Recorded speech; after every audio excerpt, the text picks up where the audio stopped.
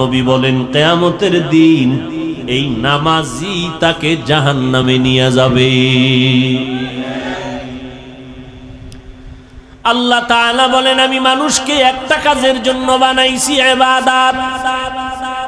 ইবাদত হবে নবীর তরিকায়। সীমানা কত দূর? বলে তোমার জিন্দেগি যেখানে যেখানে যাবে সেখানে ইবাদত। ইবাদতটা নবীর তরিকায় হবে। শুধু জিকির করা ইবাদত না। ও বান্দা তুমি খানা খাইবা ইবাদত, তুমি খানা খাইবা না তাও ইবাদত।